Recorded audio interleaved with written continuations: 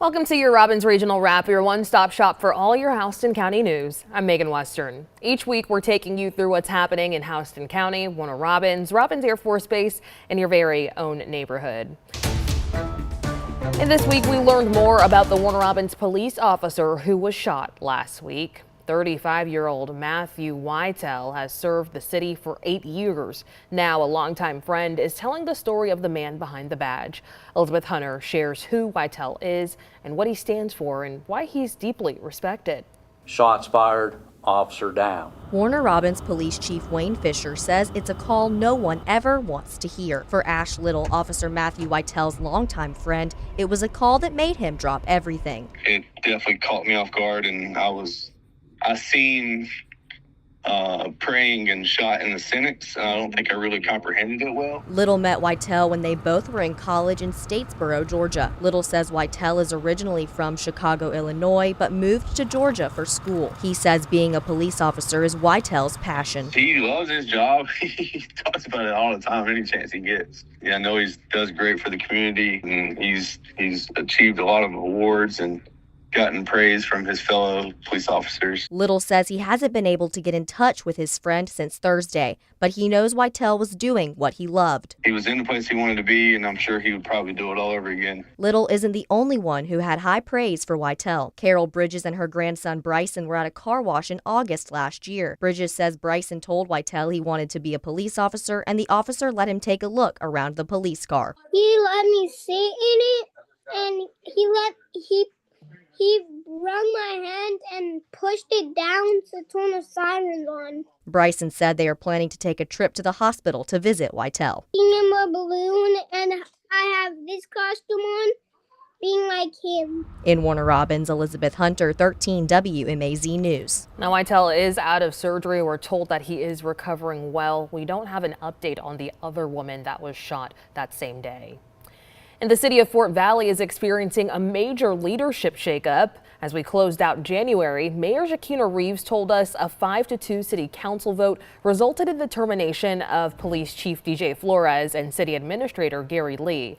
Maggie Fitzgerald breaks it down. After a special called meeting Thursday, Fort Valley Mayor Shakina Reeves says the city had no choice but to clean house at the top of its police department. We're facing so many potential lawsuits behind Dennis Flores and the way he has ran that department. And so for us, these are the things that had to be done. Reeves says former police chief DJ Flores was terminated, and she called him insubordinate and unethical. She said the problems, including police vehicle purchases, she says were made without proper approval. She also said Assistant Police Chief Michael Bostic was also terminated for insubordination, and another colonel resigned. She says Flores' leadership hurt the department's reputation and the city's bottom line. If we have an unethical police chief, what does that say for the rest of the body? How does that gain us respect within our community? And we have a lot of waste and abuse coming out the police department when we talk about our finances. She also accuses Flores and police leadership of trying to access city offices after his firing. The mayor says the city responded by padlocking doors to protect documents during an ongoing audit. At the same time, she says City Administrator Gary Lee failed to provide the oversight Fort Valley needs in the middle of a financial crisis. The city administrator is supposed to make sure we have those internal checks and balances. The city administrator is supposed to make sure if they need new cars, are they getting the money from the SPLOST funds, or are they using money out of their city budget? With both positions now vacant, Reeves says the city will start searching for new leaders, especially a police chief who can repair and rebuild. A lot of damage has been done. So I really need someone that the leader would draw. The leader would be a light to bring people here. Reeves says that city administrator initially resigned. However, Reeves says it was then rescinded, leading to council to dismiss him. Now, this isn't the first time we've reported on Fort Valley police leadership. In June of 2024, DJ Flores was unanimously appointed police chief after 3 months as interim chief. By December, he told us violent crime was down, but last February, Georgia's Peace Officer Standards and Training Council said they placed Flores on a 2-year probation for unethical conduct at previous jobs. They cited submitting inaccurate time cards when he worked with Dublin Police. And in Centerville, they said he tried to get a loan from a subordinate officer. Months later, an anonymous letter claimed that officers were promised raises and promotions that never came, leading to 19 resignations. Last year, Flores told us, quote, "I have never portrayed myself as a perfect individual." But he said he's been open about those previous problems and tried to learn from them.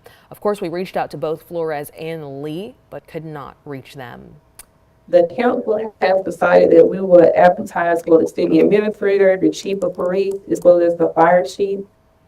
In the latest update, City Council clarifying that there are 3 key open positions right now: police chief, city administrator, and fire chief, as you just heard.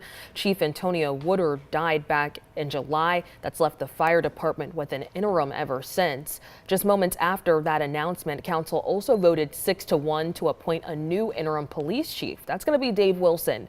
Mayor Shakina Reeves cast that singular opposing vote. So far, city leaders have not said how soon all 3 positions could be permanently filled. And a Perry woman is still missing 8 months after she disappeared. Now her family and Perry police are asking for your help to find her. Elizabeth Hunter spoke with the lead investigator and shares what they know, as well as the questions they still need your help answering. Jania Vickers was last seen on June 23rd. It's not normal behavior to be missing for this amount of time with no contact with any family or any known friends. Vickers was last seen leaving her mother's home at Pecan Grove Mobile Home Park off Sam Nunn Boulevard. Detective Ike Wilcox is the lead investigator on the case. He says her family didn't officially report her missing until January 26th. I know that sounds unusual, but there was family that lives distantly from here, and there was apparently a miscommunication within the family. They believed that she had been officially reported and she had not. Wilcox says starting a missing persons investigation 7 months after she was last seen has put them at a disadvantage, but they are pursuing every tip they get. We have found folks that somewhat matched her description in the area. We verified their identity and found out they were not her. But we are taking them all seriously right now because that's the most we have at this point. Wilcox says they decided on Wednesday to list her as endangered because of the length of time she has been missing and because there is a possibility she's in danger. We do know that she does have some previous medical history. We don't know if that's playing a part in this or not. Wilcox says missing person cases are tough because of the unknown. You want an answer. We would love for her to just call us on the phone or a family member say that she showed up, and that just hasn't happened yet. Vickers is 5 feet tall, around 100 pounds, has dark blonde, light brown hair, and a scar on her nose. In Perry, Elizabeth Hunter, 13 WMAZ News. Wilcox says if you have any information about Vickers, you can call him at 478-988-2848. It's at the bottom of your screen right here. Again, 478-988-2848. And people in Perry were left outraged this week after developers cut down a decades-old magnolia tree on the old site of the new Perry Hotel. Just weeks ago, a city official told us it was going to stay. Elizabeth Hunter has the city's explanation and how people in town are responding. For many people, it's a tree that has been there all their lives. I'm just disappointed. Very disappointed. Robert Russell says the magnolia tree looked over downtown Perry for as long as he could remember, but he was not surprised the developers cut it down. Once again, here people are ignoring the ordinances of Perry and not obeying what we're supposed to be doing. Right here behind this fence is where that magnolia tree stood for about 75 years. The president of the Perry Area Historical Society said it was planted around 1950. Russell said the history of the tree is what makes the loss more difficult. It makes you feel a little upset. We spoke with Perry's Community Development Director Joe Duffy on January 13th about building plans for the site. He said the tree would be untouched. Monday, the city of Perry sent us a statement saying that since then, a certified arborist found the tree was in advanced decay, had exceeded its life expectancy, and could not be safely saved. Based on that, the city says they approved the removal and that developers followed the city's tree protection ordinance. Russell says he hopes the city will make what comes next on the site worthy of what was lost. I think they should replace it with something. At least follow the ordinances and the rules like everybody else does. If I took something out, they would require me to put it back in. The city says they're now reviewing revised landscaping plans that call for new shade trees around the property. In Perry, Elizabeth Hunter, 13 WMAZ News. City leaders say they know the decision to remove the tree stings, but says it was the right one for safety and structural reasons. And sticking with Perry now, a new lawsuit could put an end to a fee that Central Georgians see on their city bills every single month. The case challenges Perry's fire protection fee paid by property owners all across the city. The fee has been a growing point of controversy. It rose 4% at the start of 2025 to help pay off city debt. By June, city leaders were warning of higher utility bills. By October, proposed increases sparked some strong pushback from neighbors. Now, that legal challenge could determine whether the fee continues at all. Elizabeth Hunter breaks down the lawsuit and what it could mean for your wallet. The fire protection fee is a double-edged sword for many people in Perry. I'm all about high standards for our law enforcement and our fire protection, and I understand that it's expensive. Chris Smith says he wants quality fire services, but he understands the frustrations with the ever-increasing fee. But I understand the concern for others who do see it as an inconvenience or even a burden. In 2014, it started as a $7 fee. Now it has more than tripled to almost $25 a month. In the lawsuit, the plaintiff, Robert Russell Jr., argues that basic fire services should be covered by regular property taxes, not a separate fee tacked into your bill. We spoke with Russell in November last year about the fee. Here's what he had to say. Just boiling a frog. You just start out low and then add a little increase to it to the next thing you know. It's like, why is my water bill so high? The city denies any wrongdoing and says the fee is a legal way to help fund public safety. We spoke with City Manager Robert Smith in November about why the fire protection fee is needed. Operating our 2 fire stations, it pays our employees, it maintains those facilities, provides operational expenses for those facilities. If the lawsuit succeeds, Perry could be forced to refund fire fees collected since 2020 and change how it pays for fire protection. Smith says it would be nice to have that money back, but worries about the impact on the city. Well, I would love for it to be put back in my pockets. Hopefully that it would be done in a way that doesn't compromise the funding of those departments. According to the legal documents, no trial date has been set. In Perry, Elizabeth Hunter, 13 WMAZ News. Now, several similar fire fee lawsuits have settled across the state. Chatham County was ordered to refund more than $30 million. Garden City is refunding several million dollars as well. And in January, Richmond Hill also settled with homeowners. And new housing could be coming to the International City. This week, City Council approved the annexation and rezoning of nearly 16 acres near Lake Joy Road and Dustmore Drive, shifting the property from county to city control. The move clears the way for new residential and commercial development and more traffic. Jasmine Lee breaks down what's planned for the site and what comes next. This land may not look like much right now, but Monday night's vote changes what eventually can be built here. And it's pretty clear the city is laying the groundwork for future developments. Proud of the mayor's vision. Not surprised, been through annexation before. The 16 acres near Lake Joy Road and Dustmore Drive are now annexed into the city and rezoned. 43 new single-family homes will take up most of that land, while restaurants and small shops are planned on nearly 2 acres along Lake Joy Road. City leaders say this mix of residential and commercial is part of a long-term plan to bring amenities closer to home. Kind of grown used to it. Tony Harris has seen plenty of changes in his 23 years living here. He says the new homes and businesses will give families more options close to home. You don't have to drive across town to go to things, so that saves on gas, and it also brings in taxes for those that are traveling through. One of the biggest questions from neighbors is traffic. City Administrator James Drinkard says the plan takes care of those worries. Dustmore Drive itself will see several improvements. You will have curb and gutter where none exist today, so that's going to help with some stormwater improvements. You will have sidewalks. The plan also keeps commercial traffic off residential streets, making sure new homes fit the neighborhood. Also putting in a deceleration lane along Lake Joy Road and stormwater improvements on the site itself. City leaders say there is no construction timeline and any development will still require additional approvals before work can begin. Reporting in Warner Robins, Jasmine Lee, 13 WMAZ News. Now, work is already underway on the homes on the other side of town. Habitat for Humanity is using more than $800,000 to build affordable houses. So far, 3 families have moved in, with 3 more homes under construction. Habitat leaders say the goal is to create affordable home ownership as starter homes become harder to find. And if you pay taxes in Houston County and want to know where your money is going, well, we can tell you. The County Commission approved a plan that outlines where they hope to spend every dollar for the next 5 years.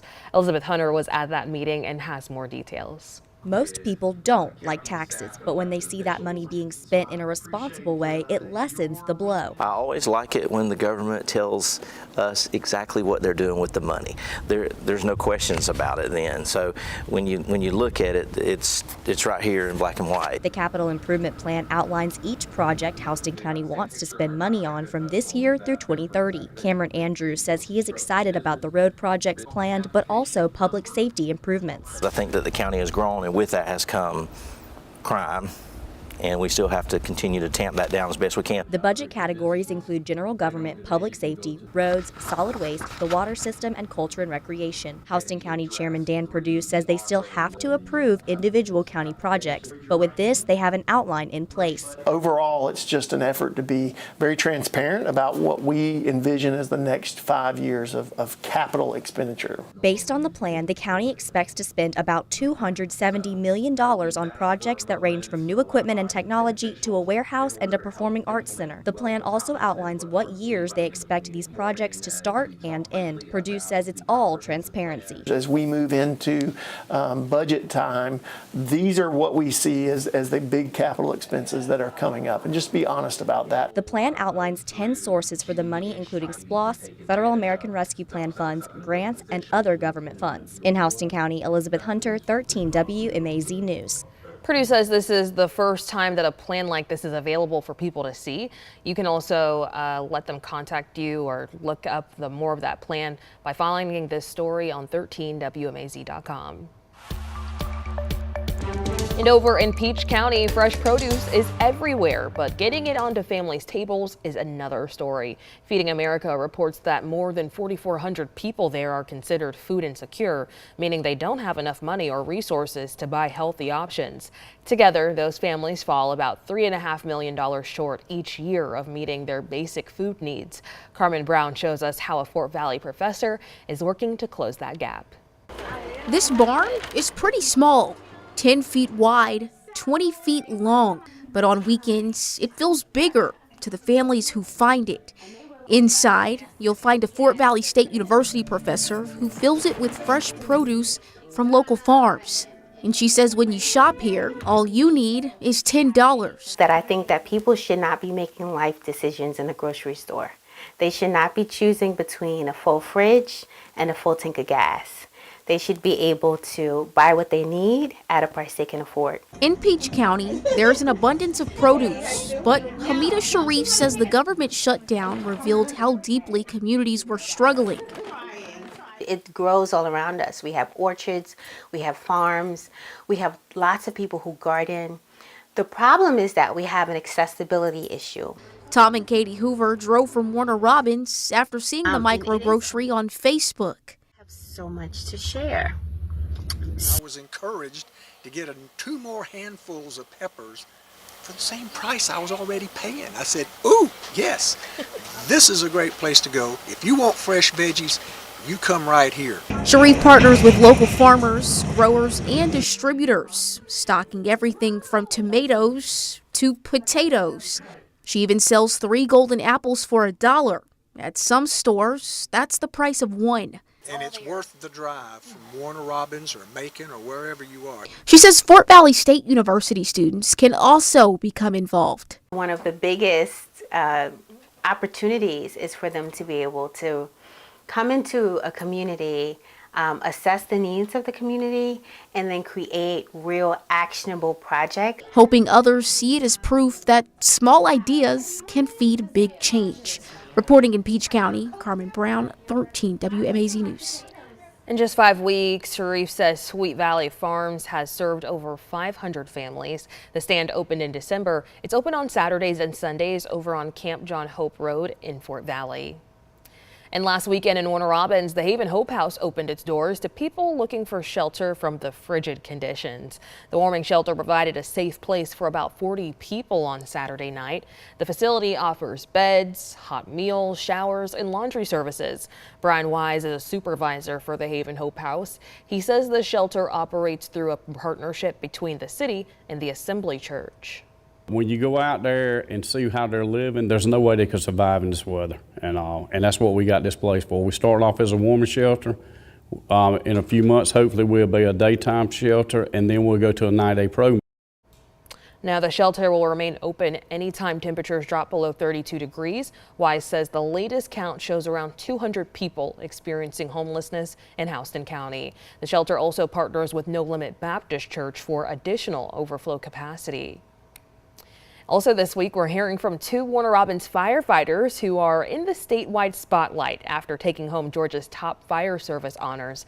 Jasmine Lee shows us the dedication, sacrifice, and service that earned them Rookie Firefighter of the Year and Firefighter of the Year.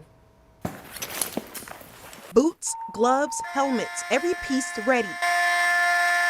Every shift is a test, every drill builds skill, and in Warner Robins, preparation meets action, shift by shift. It's a great honor to accept this award. I felt extremely blessed because I feel like it's kind of a legacy thing. It's this combination of training, teamwork, and daily dedication that led Lee White and Joshua Theus to receive state-level honors. Lee White over a decade of service, leadership, and guidance. Joshua Theus, a rookie, carries on a family legacy with every moment on a job. My uncle, he was a lieutenant with the Warner Robins Fire Department, and he retired after 30 years. Following in his uncle's footsteps, Joshua learned quickly what it takes to step up, to train, to lead, and to support his team. Each certification, each training scenario builds him into a firefighter his peers can rely on. I was a big asset to my squad, and because I knew a lot of the disciplines, and they saw that, and so they made me the squad boss. Yeah, it was in training, but it was in scenarios that we were doing, and they were looking to me for advice. And it's that same dedication and focus that Lee White brings to the department day after day. From rescues in tight spaces to training new firefighters, his peers say his calmness, experience, and leadership set the standard. In the middle of the year, we had a confined space rescue at a big business nearby. You train on this stuff, but until you get in the real life experience, you don't really understand what you're going to do until you get there. And thankfully, we were able to save the guy in approximately 15 minutes on being on scene. Together, their stories show that whether it's a legacy or a decade of service, excellence in the field is built on teamwork. Reporting in Warner Robins, Jasmine Lee, 13 WMAZ News. Officials say the recognition highlights the department's continued commitment to serving the Warner Robins community. And get this, a Warner Robins lucky winner just scored big. $2 million. The jackpot came from a Georgia scratch-off at the Hop-In on Highway 96 in Kathleen. The winner claimed the prize Tuesday. Might have to take a visit to that store myself to see if there's any luck that's left. Alrighty, and before we let you go, let's go ahead and take a look at what's happening across the Robins region. As we welcome in a new month, Warner Robins Recreation Parks and Cultural Services is inviting you to a father-daughter dance. It's happening February the 7th from 6 to 8 at the Wellston Center. Ages 4 and up are welcome. Prepare to eat, dance, and enjoy some live music. Also, you can get an inside look at how the city of Perry operates through Perry University's class of 2026. This free hands-on program connects you with city leaders, public safety teams, and community developers to see local government in action. Space is limited and applications close February the 12th. Go ahead and apply at that website that you're seeing right there on your screen. And if you still need Valentine's Day plans, how about getting dressed up for Rigby's Sweetheart Dance? It's not just for date nights. Make it a girls' night or a group outing. Find them at the Best Western Plus. Doors open at 6 p.m. Dinner runs from 7 to 8:30. Tickets do include dinner, dancing, a free Sweetheart drink at Gracie's as well. Book online at bestwestern.com. And if you need someone to watch your kids while you enjoy an early Valentine's Day night, well, the city of Warner Robins has you covered. They're hosting a parents' night out at the North Houston Sports Complex. Go ahead and drop off your kids ages 4 to 12. You can drop them off anytime between 6 p.m. to 10 p.m. It'll cost $25 for kids that live in the city, $30 for kids that live in the county. Go ahead and register on the City of Warner Robins website or in person at the North Houston Sports Complex. Plus, you can celebrate Mardi Gras in Perry. The city's holding a Bourbon Street Bash. Enjoy the sounds of New Orleans jazz, blues, and brass from a live band. Go ahead and wear your Mardi Gras best costumes, masks, and beads. It's happening in downtown Perry. Mark your calendars for February the 13th at 6 p.m. Alrighty, that's a wrap on what's happening throughout the Robbins region. If you have a Houston County story you want to share with us, email us at news@13wmaz.com and make sure you keep coming back each and every Friday to get all the Houston County news and the stories that matter to you. Thanks for joining us.